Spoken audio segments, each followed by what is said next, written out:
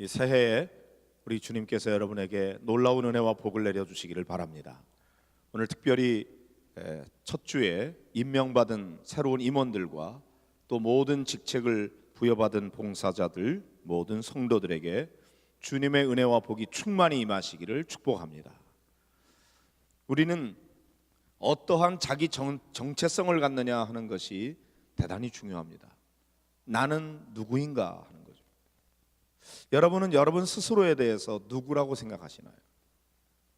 바울 사도는 이렇게 말씀하고 있습니다. 4장 1절을 같이 보실까요? 사람이 마땅히 우리를 그리스도의 일꾼이요 하나님의 비밀을 맡은 자로 여길지어다. 바울은 우리를 가리켜서 그리스도의 일꾼이다, 하나님의 비밀을 맡은 자다, 그렇게 여겨라, 이렇게 말씀하고 있습니다. 여러분은 누구입니까? 그리스도의 일꾼입니다. 맞습니까? 그리스도의 일꾼은 그리스도께서 임명하신 일꾼이에요. 그리스도를 위하여 일하는 일꾼이에요. 그리스도께서 임명하셨고 그리스도를 위해서 일하는 그리스도의 일꾼으로 자기 자신을 여기시기를 바랍니다. 이 말씀을 굿뉴스 바이블로 읽어보면은 You should think of us as Christ's servants 그랬어요. 여기 우리는 마땅히 우리 자신을 그리스도의 종으로 여겨야 된다. 그리스도의 종, Christ's servants. 개역 성경에는 일꾼이라고 되어 있는 말을 영어 굿뉴스 바이블에는 종으로 표현이 되어 있어요. 그런데 히라보 원문에는 뭐라고 되어 있느냐? 이 일꾼이라는 말을 휘페레타스라고 하는 그런 단어로 사용하고 있어요. 이 말은 배 밑에서 노를 젓는 노예를 가리킬 때 쓰여지던 단어였습니다. 선장 되신 예수님이 명령하시면 배 밑에서 열심히 노를 젓는 노예, 그게 바로 일꾼이다. 그러니까 그리스도의 일꾼이란 오직 그리스도께 종속돼서 그분의 시중을 드는 사람이죠. 오늘 임명받은 모든 성도들은 다 자기 자신을 이와 같은 그리스도의 일꾼으로 여기시기를 바랍니다. 그리스도의 일꾼은 그리스도께서 명령하시는 대로 충실하게 노를 저어야 됩니다. 자기가 주인이 아니기 때문에 명령하는 자가 아닙니다. 오직 명령하는 분은 그리스도이시고 우리는 그 명령에 따라 노를 젓는 사람이에요.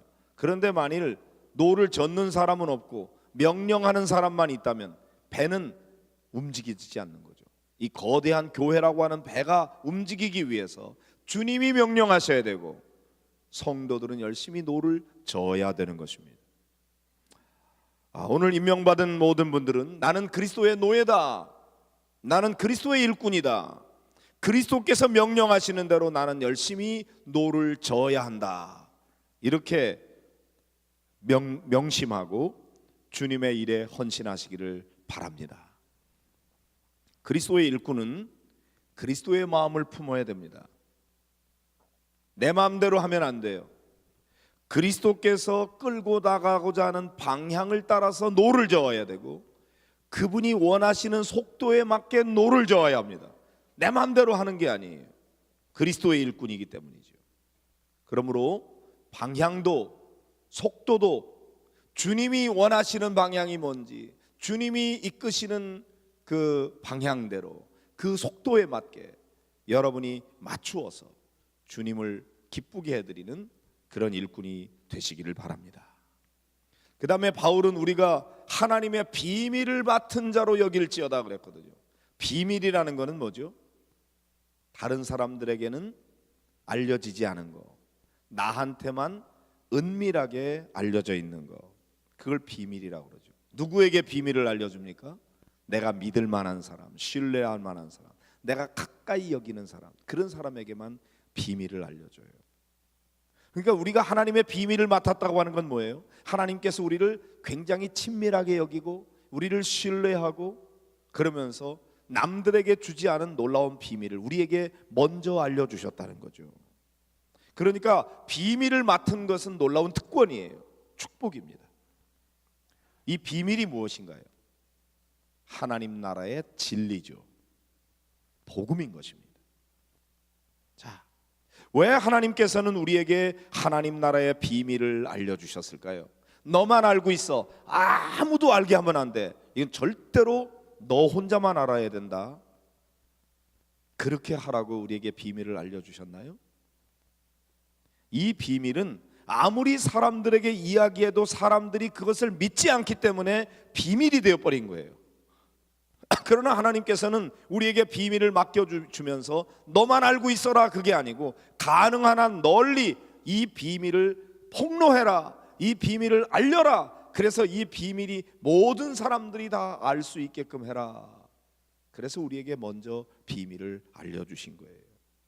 그러므로 우리 그리스도의 일꾼에게는 이 비밀을 알려야 될 사명이 있는 것입니다. 여러분만 알고 아무도 모르게 만들지 말고 여러분이 가능한 대로 이 비밀의 의미와 그 귀한 뜻을 잘 알아서 사람들에게 비밀을 널리 알려서 천기를 누설하시기를 바랍니다. 그러라고 우리에게 비밀을 알려주셨어요. 자, 2절을 같이 보실까요? 2절 시작. 그리고 맡은 자들에게 구할 것은 충성이니라 그랬습니다. 하나님은 우리에게 하나님 나라의 놀라운 비밀을 맡겨주시고는 충성을 요구하신다는 거죠. 여러분은 모두 충성스러운 하나님의 비밀을 맡은 그리스도의 일꾼이 되시기를 축복합니다. 충성은 어떻게 하는 것인가요? 우선은 내게 맡겨주신 일에 충성해야 돼요. 내게 맡겨주지도 않은 남의 일에 간섭하고 그렇게 하지 말고, 하나님께서는 각자에게 다른 일을 맡겨주셨거든요. 그 사람에게 맞는 일을 맡겨주셨어요. 그러니까 남의 일 간섭하지 말고 내게 맡겨주신 일에 대해서 그 일에 헌신하고 충성하는 거죠.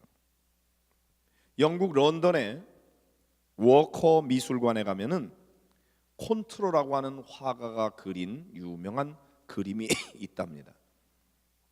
그 그림은 폼페이라는 도시가 베스비우스 화산의 폭발로 인해서 그 화산재에 묻혀서 전멸당하는 아주 비참한 모습을 그린 그런 그림입니다. 화산재와 용암이 막 비처럼 눈처럼 그 폼페이 성에 내렸어요. 사람들은 이 화산재와 불을 피해서 성 밖으로 막 몰려나갑니다. 한꺼번에 막 몰려나가니까 대혼란이 일어나게 되었죠. 이 혼란 속에서 성문 곁에서 묵묵히 서 있는 사람이 하나 있어요. 그 사람에게 맡겨진 직임은 문지기예요. 뜨거운 화산재와 불이 우박처럼 막 쏟아지고 있는 상황 속에 사람들은 죽어라고 자기 살겠다고 막 도망을 치는 그때에 성문을 지켜야 되는 자신의 사명에 충성하고자 성문 곁에 서서 조용히 죽음을 맞이하고 있는 문지기. 이 그림 밑에 제목이 달려 있는데 그 제목이 충성입니다. 내게 그 직임이 맡겨져 있기 때문에 내게 맡겨진 그 일을 위해서 목숨 걸고 그 일을 감당하고 있는 거죠. 그게 충성이에요. 충성은 작은 일에 헌신하는 겁니다. 미국 피츠버그에서 가구점을 경영하던 한 사람이 있었습니다. 비가 내리던 어느 날 어떤 할머니 한 분이 가구점이 모여있는 그런 거리에서 여기저기 살펴보면서 그렇게 배회하고 있었어요. 아무도 그 할머니에 대해서 신경을 쓰지 않았는데 유독 한 가게의 주인만은 그 할머니를 안으로 모셔드립니다. 그러니까 그 할머니가 말하기를 나는 가구를 사러 온 게 아닙니다. 차가 오기를 기다리고 있는데 그때까지 시간을 보내려고 하는 겁니다. 그랬더니 이 주인이 가구 안 사셔도 괜찮습니다. 그저 편히 여기서 쉬시고 필요하면 구경도 좀 하시고 그렇게 하세요. 그는 할머니가 기다리는 그 차 번호가 뭔지를 물어봤어요. 그리고는 여러 번에 걸쳐서 밖에 나가서 그 차가 혹시 왔는지 안 왔는지 살펴보면서 그 할머니를 편안하게 해주었답니다. 이런 행동을 지켜보던 주위의 사람들이 비웃었어요. 쓸데없는 짓 하다. 그러나 그는 차가 올 때까지 미소를 잃지 않고 그 할머니에게 친절을 베풀어 주었습니다. 그런 일이 있고 난 다음에 며칠이 지났는데 이 가구점 주인에게 편지가 한 통이 전달이 됐어요. 누구에게 온 편지인가 보니까 미국의 대재벌 강철왕 카네기로부터 온 편지였습니다. 그 편지 내용을 보니까 이렇게 돼 있어요. 비 오는 날 저의 어머니께 베풀어 주신 당신의 친절에 대해서 감사를 드립니다. 이제부터 우리 회사에서 필요한 가구 일체를 당신에게 의뢰하며 또한 고향 스코틀랜드에 큰 집을 곧 지을 예정인데 그곳에 필요한 가구도 모두 당신에게 구입하겠습니다. 그의 작은 친절이 쓸데없는 짓이 아니라 어마어마한 소득을 얻게 한 비결이었다는 거죠.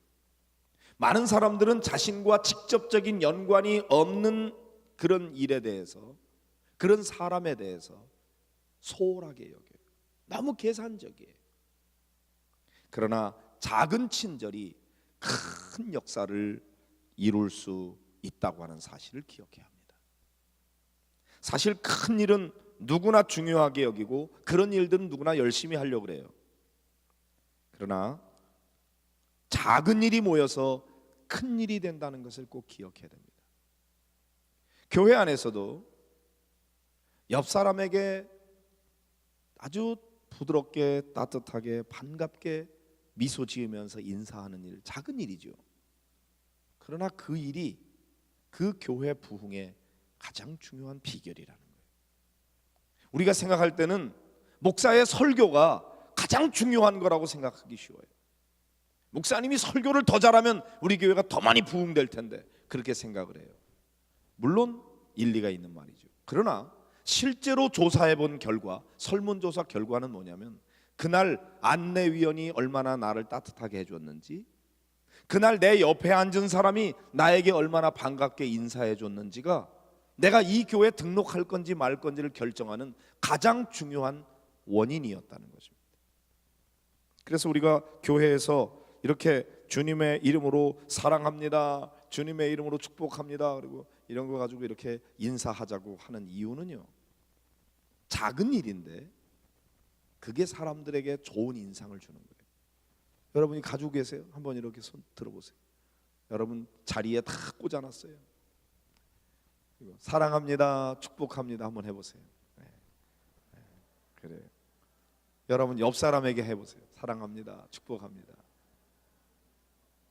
이렇게 하라 그럴 때만 하는 게 아니고 매주마다 그렇게 하는 거죠.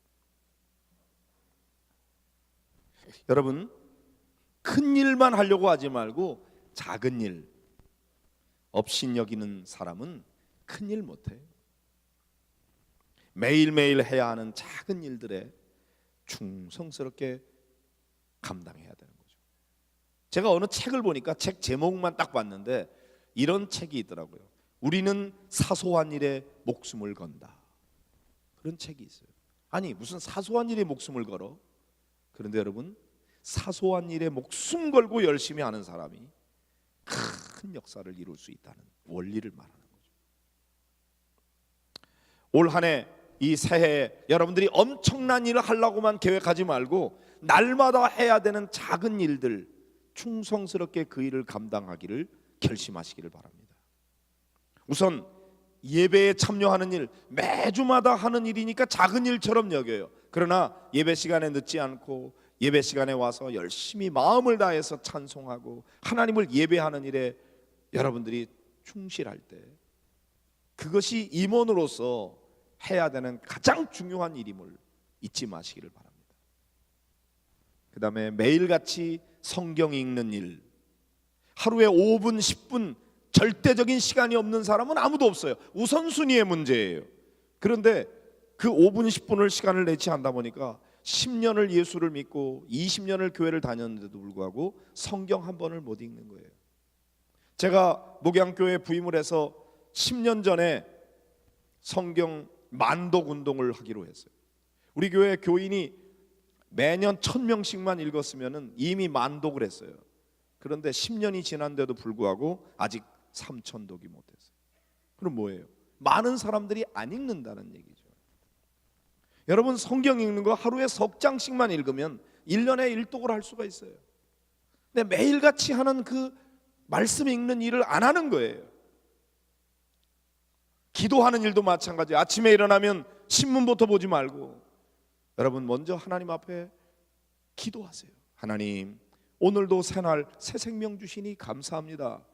이 하루의 삶을 주님을 위해서 살게 해주시고, 하나님 오늘 살아가는데 주님이 기뻐하시는 일들을 선택할 수 있도록 나에게 지혜와 능력을 허락해 주시옵소서. 좋은 사람들 만나게 하시고 하나님이 기뻐하시는 삶을 살게 해 주시옵소서. 30초도 안 걸립니다. 날마다 그렇게 작은 기도의 시간을 쌓아가면서 기도 시간을 늘려갈 때 여러분의 영적인 삶이 풍성해지게 되는 것이죠. 이런 작은 일들이 모여서 큰 역사가 되는 거죠. 그러므로 2018년 새해 여러분들이 해야 되는 매일매일의 작은 영적 삶에 대해서 결심하고 그 일을 성실하게 감당하게 되시기를 바랍니다. 그 다음에 충성은 어떻게 하느냐? 끝까지 하는 겁니다. 내가 기분 내킬 때 연초에는 열심히 하다가 이런저런 어려움이 생기고 상황이 바뀌면 그냥 그만두고 포기해버리는 거예요. 그런 사람은 충성할 수가 없어요. 하나님의 비밀을 맡은 그리스도의 일꾼은 맡겨진 일을 끝까지 하는 겁니다. 마지막까지 남아서 마무리를 하는 사람이 귀한 일꾼이에요. 젊을 때 열심히 하는 것, 그것으로 끝나지 않고 마지막 주님이 부르시는 그 순간까지 최선을 다해서 끝까지 경주를 하는 것, 그게 충성스러운 일꾼인 것입니다. 그 다음에 오직 주님의 판단을 기다리면서 충성을 다하시기를 바랍니다. 오늘 본문의 말씀 3절 4절을 읽어보실까요? 시작. 너희에게나 다른 사람에게나 판단받는 것이 내게는 매우 작은 일이라. 나도 나를 판단하지 아니하노니 내가 자책할 아무것도 깨닫지 못하나 이로 말미암아 의롭다함을 얻지 못하노라. 다만 나를 심판하실 이는 주시니라 그랬어요. 여러분, 주님의 일을 하다 보면은 다른 사람들의 평을 많이 받게 돼 있어요. 잘한다, 못한다, 뭐 일을 그렇게 하느냐, 준비성이 없다, 뭐가 틀렸다, 많이 얘기 들을 수 있어요. 거기에 흔들리면 안 됩니다. 그럼 매우 작은 일이라 그랬어요. 너무 사람들의 판단에 휘둘리거나 흔들리지 말아야 됩니다. 그 다음에 자기 양심에 부끄러움이 없이 자책할 아무것도 깨닫지 못한다고 할지라도 이로 말미암아 의롭다함을 얻지 못한다 그랬어요. 내가 바르게 했다고 교만하거나 자랑해서도 안 돼. 오직 나를 바르게 판단하실 분은 주님이시라고 그랬어요. 그러므로 그리스도의 일꾼은 언제나 주님께서 나를 어떻게 판단해 주실지 그것에만 초점을 맞추는 거죠. 사람들의 평판보다는 주님께서 잘했다고 칭찬해 주실 것을 기대하면서 끝까지 맡겨진 일에 헌신하는 겁니다. 마지막으로 5절의 말씀을 읽어보겠습니다. 시작. 그러므로 때가 이르기 전 곧 주께서 오시기까지 아무것도 판단하지 말라. 그가 어둠에 감추인 것들을 드러내고 마음의 뜻을 나타내시리니 그때 각 사람에게 하나님으로부터 칭찬이 있으리라 그랬습니다. 주님께서 오실 때까지, 주님이 오셔서 판단하실 때까지는 아무것도 판단하지 마라. 중간 결산하지 마라. 주님이 마지막 심판하실 텐데 그때까지 열심히 맡겨진 일 하는 거예요. 사실은 내가 열심히 하는데도 불구하고 아무도 몰라줄 수 있어요. 그래도 주님이 알고 계십니다. 나에게 아무도 칭찬해 주지 않지만 주님이 칭찬해 주실 날이 온다는 거죠. 아무런 보상이 주어지지 않는 것 같아도, 나만 손해보는 것 같아도 그렇지 않아요. 반드시 주님의 상급이 있는 거예요. 그래서 사람들이 칭찬해 주지 않고 격려해 주지 않고 나는 수고를 많이 했는데도 불구하고 아무도 몰라줘요. 그래도 낙심하지 말고 믿음 생활에 끝까지 헌신하고 충성하라고 우리 교회에서 하는 인사말이 있죠. 뭐라고 그래요? 하늘복 많이 받으세요. 예? 하늘복 누가 받아요? 사람들에게 칭찬받지 않고 격려받지 못했어.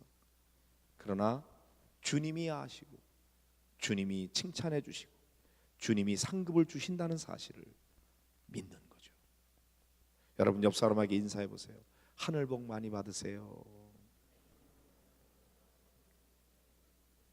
오늘 주님이 저와 여러분에게 말씀하십니다. 너는 그리스도의 일꾼이요 하나님의 비밀을 맡은 자다. 너는 이 사실을 결코 잊지 말아라. 그리고 너는 나에게 충성을 다해라. 사람이 뭐라고 하는지 그런 거에 휘둘리지 마. 그 매우 작은 일이야. 그리고 내 자신의 양심의 가책이 없다고 해도 그것 가지고 자랑하지 마. 교만하지 마. 너는 묵묵히 내가 맡겨준 일에 충성을 다해라. 작은 일이라도 무시하지 말고 꾸준히 그 일을 끝까지 해라. 마지막 때가 올 텐데 그때 내가 너를 칭찬해 주마. 내가 너에게 큰 상급으로 갚아주마. 그렇게 말씀하시는 거예요. 사랑하는 성도 여러분, 하나님이 예비하신 그 상급을 사모하시면서 충성하시는 그리스도의 일꾼이 되기를 주님의 이름으로 축복합니다. 주의 일 하다가 중도에 낙심하거나 좌절하거나 포기하지 마세요. 잘한다고 너무 자랑하거나 교만하지도 마세요. 겸손한 마음으로 끝까지 주님 앞에 충성을 다해서 반드시 우리 주님께서 마지막 때 우리에게 은혜와 복을 내려주실 것을 믿고 그렇게 충성할 때 하나님 앞에 큰 상급 받는 좋은 그리스도의 일꾼이 되어질 줄로 믿습니다.